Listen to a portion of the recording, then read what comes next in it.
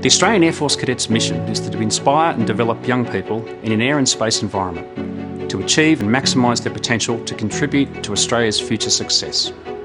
We want our cadets to develop, to think independently and to learn to lead and indeed instruct others in an atmosphere of teamwork and mutual respect. They will learn valuable life and professional skills, build their confidence, improve the way they communicate and become more capable and resilient. Our cadets learn about Air Force customs, traditions and history. They will learn about the air and space domains and the principles of good airmanship through our curriculum of ADF and aviation experiences.